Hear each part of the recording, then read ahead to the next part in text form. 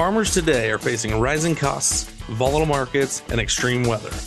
The A Better Way to Farm podcast digs into strategies to help you take control of farm inputs and maximize profit so your farm can thrive for generations.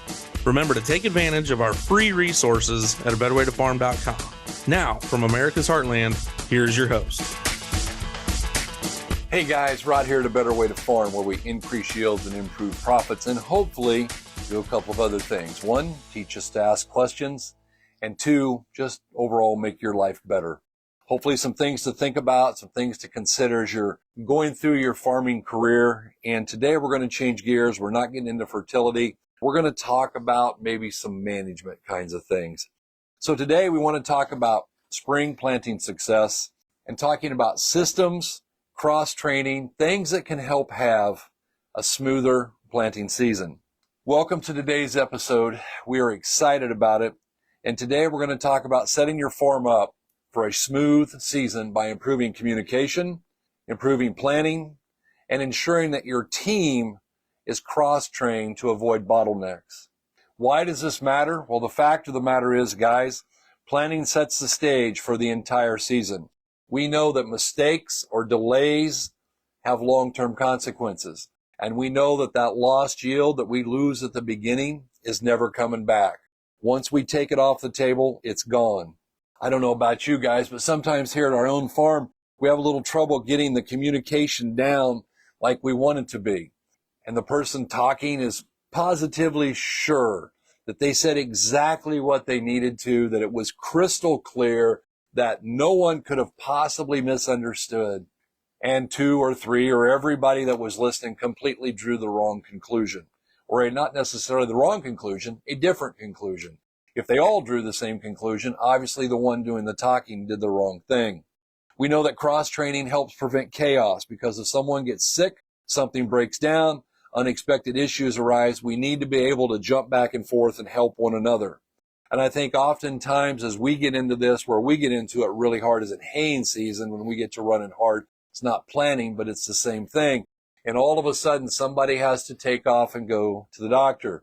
And the first year or two, I wasn't very good about making sure everybody knew how to do each thing. And while something as simple as raking hay may seem like no big deal, but if you only had one guy who was good at running the rake, and all of a sudden, we were in a world of hurt. Why? Because he had to take off and go to the doctor, and that meant we had guys to run the mower, and we had guys to run the baler, but we were really hurting for raking. And so all of a sudden it was like, everybody needs to know how to do all of these different things. And it works a lot better when we do it. When we did, efficiency went way up. One of the things that is important is we do need to define our roles. We got to have a really clear plan. And so before we ever get into planting, we need to define the roles. Yes, we're going to cross-train. Yes, we're going to be able to do different things. However, we need to know what our primary function is. And one of those things that really helps is to establish a checklist. In other words, if my job is to run one piece of tillage equipment primarily, then I need to know everything about how to run that tillage equipment. I need to know how to service it. I need to know what to look for on breakdowns. I need to know how to inspect it. If my job is to run the tender, to be the guy who brings the starter fertilizer and the guy who brings the seed, then my job is to make sure that we got all of the gas that we need, that we have all the things that it takes in order to make that work efficiently. We want to make sure that we're going as fast as we can. One of the ideas that might help us out is to have a daily meeting or a daily check-in where we adjust for things like weather and breakdowns and changing conditions.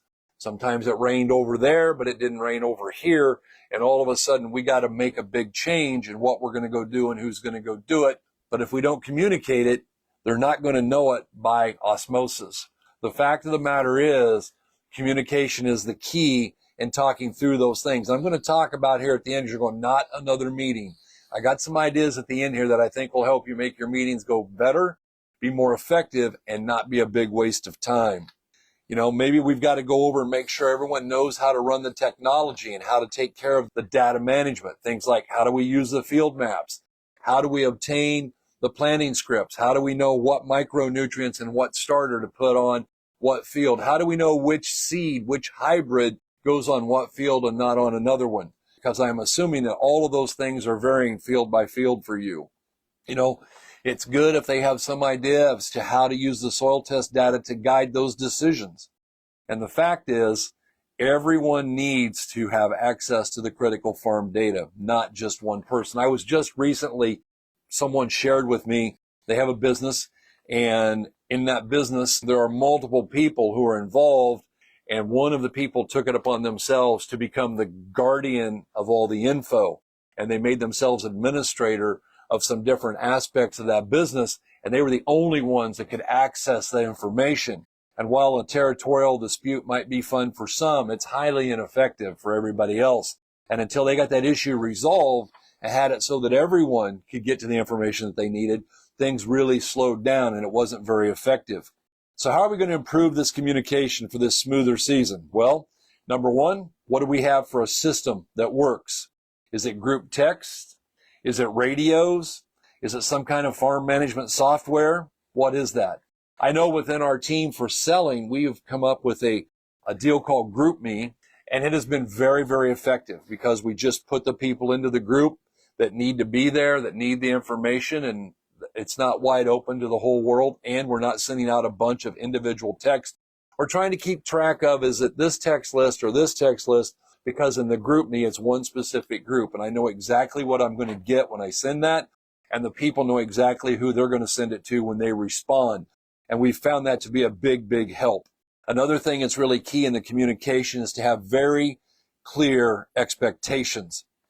Non-clear expectations are the recipe for an explosion somewhere down the road. When we don't make our expectations clear, we know there's going to be conflict somewhere later down the road because everyone is assuming, and we all know how that works out. What do we need to check before pulling into a field? Do we have the right hybrid?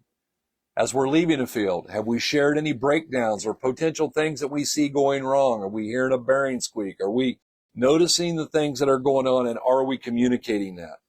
When we have these preseason meetings to get ready to start, as we talk about our tasks and we talk about our concerns, we go over contingency plans of things that we can do to make it better, things that might be different. But let's talk about how to have an effective meeting. One of the coolest ideas that we came up to was to have a strict time limit. In other words, this meeting is going to be 15 or 20 minutes max, because after that, everybody else is losing focus and they're ready to go. Maybe we have to use a timer to stay on track. But one of the most important things that I heard was this: have your meeting standing up. This isn't sit around the office and get comfortable in the chair, space out, look at your phone. Everybody's standing up, because we're only going to do this for no more than 20 minutes. If we do that, it's going to work a lot better. If we stick to the same format, then everyone knows what to expect. And some of the things that we might do, just an idea to have an outline, because if I don't have an outline, I find myself rambling. And I watch other people speak and they go, oh man, I can't talk very long. I'm not very good at talking very long. So I didn't prepare an outline. Those are the people who invariably talk way longer than they're supposed to. They think they only talk for 3 minutes, and instead they talk for 33 minutes. Having an outline keeps the thing moving. So what would be a 5-point outline we could use? Number 1, weather and field conditions. Have we got any changes we've got to make to the planning schedule? Number 2, tasks for today. What is it that we're going to do, and who's going to do it, and what is the very top priority? Number 3, let's go over equipment and supplies. Do we have anything missing? Do we have anything broken down? Number 4, let's problem solve. Let's talk about any type of roadblocks that we have and how we're going to fix those. And number 5, a very quick review to make sure everyone is clear on their role. If we send that agenda out the night before, everyone can show up prepared and they know exactly what to expect. And that helps keep the thing focused and keeps it moving. It's a great idea to designate a leader, one person who's responsible for keeping the thing on track and moving quickly through each point. Again, standing up. I thought that was the coolest idea. Research shows that standing meetings tend to be shorter and more focused than the other ones. Number 5, avoid unnecessary storytelling or side conversations. When Bob and Jim are over there having their old home week about what they did last Friday night, that drags everybody else down. Everybody has to stay focused and paying attention. and we want to make sure that we're doing the right thing. If we need a side meeting, if we need a one-on-one or two guys need to talk, that's cool after the meeting. Don't hold everybody hostage because two people need to have a conversation. And number 6, it's probably a great idea to wrap it all up. Summarize the key points and confirm with a question that each person understands what their responsibilities are. For example, you might say, hey, John is running the planter in field 3, Sarah is running the tenders, and Mike is handling the fuel run. Bob will be on standby for equipment. We'll check in at noon. Anybody got any questions? Okay. Lastly, and this one's more difficult for some, is to talk about the importance of cross-training. We know that if only one person can do a certain job, we're in trouble.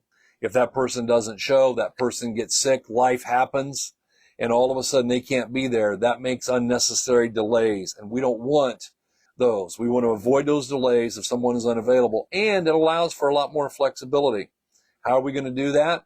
Probably going to have to do some cross-training by rotating responsibility before the season starts.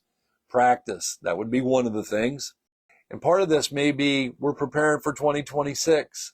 Maybe as we get to the tail end of 25 and we can see the end, and maybe we take those people that we know are going to stay with us, that are going to be here long term, and we say, hey, we're near the end. Let's do a little switching up here, and let's learn how to run some other piece of equipment, how to do something else.